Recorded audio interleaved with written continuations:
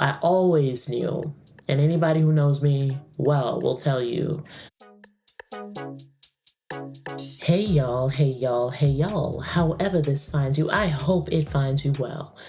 I'm not going to be on here for a long time, but I am on here for a guidance giving time. That's because today I am sharing a little bit of my story, how I got here. My hope is that I'll be able to do this with you chapter by chapter. Let's start at kind of the beginning. My senior year of college, I was working at a hotel answering phones. And at that time, I thought I was lucky to have that job. I was in college and I just wanted to make some money on the side. This is the kind of job where, your mind drifts while you smile at strangers. You deal with all of their microaggressions. Back then, I didn't have the language. This was the kind of job where every part of you is screaming, this can't be it. I always knew, and anybody who knows me well will tell you that I am meant for more. My mother is the one to blame for that. She told me from the time that I was a little girl that you have a place at every table. I don't care if you walk in and your shoes have holes in them. You walk in with your head held high. You belong there. She created a monster in the best way. Let's get back to the college story. I was a comms major and I'd missed the deadline for an internship at ABC News. Something in me said, try anyway. And so I wrote a letter. I appealed directly to the internship coordinator and they let me in. That internship was magic, y'all. I would see the planning for the news stories that would go that night occur in real time. So when the 10 o'clock came on, I was watching along with you all, and I knew every component that had gone into these news stories that the audience across the globe were watching. That was everything to me.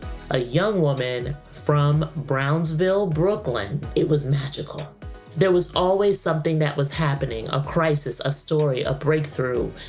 And somehow I was a part of that. I was learning fast and none of the learning was coming from my comms courses. No shade, I was learning from life. Now, I'm not gonna sit up here in front and pretend that it was all glamorous like, my look today. I did not come from a middle-class family. I didn't have an Ivy League degree. I didn't come in with a network of polished connections.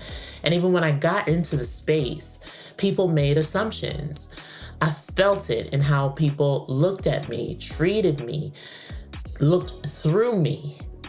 I even felt it from one of the only Black women in the building who was a senior producer. And at that time, it confused me because I didn't have the range. I didn't have the language. No one was saying at that point, all skin folk and kinfolk. I didn't know, right? I had not been exposed in that way. But now I have the range. Watch out. That space was never designed with me in mind. And still, I chose to stand firm in who I was. When the internship ended, they told us all, thank you, thanks y'all, this was cute, go about your business, go back to where you came from, we're not hiring. And I remember thinking, I cannot go back to the hotel. I cannot go back to answering phones. This is not it, I won't do it. And so I wrote a letter to the executive producer of the show that I had interned for. And I told him the truth.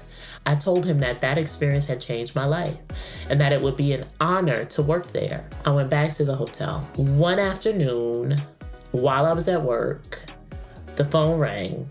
I picked up. It was my mom. She would call in on the line because that's what mothers do. And she just got right into it. She said, Dupe, someone just called the house from ABC News. It was him. It was the executive producer. He was calling to offer me my very first job in television. It was at that moment that my life changed. Everything shifted. I left the hotel and I entered into this brand new world. I entered the newsroom and that changed my life forever. That internship taught me so much. It taught me about storytelling, yes. It taught me about how to produce, yes. It taught me about cutting video, yes. What it taught me the most was about being persistent. It taught me that sometimes, even though the deadline has passed, still write the letter. Even though the door is closed, still fucking knock. It taught me sometimes you are underestimated, but you show up as yourself anyway. And sometimes it all works. Not because you played the game perfectly, not because you were respectable and palatable, but because you refused to believe that you didn't belong. That is the blueprint. I told you I would not be on here for a long time, but for a storytelling, guidance giving time. And I delivered. There's more to come to this story, of course, and I can't wait to share that with you. But in the meantime, share this with someone who needs a little inspiration. Your guys, your girlies, hit that like button, subscribe for more. And I'm living proof. Remember, until next time, you are capable of big things.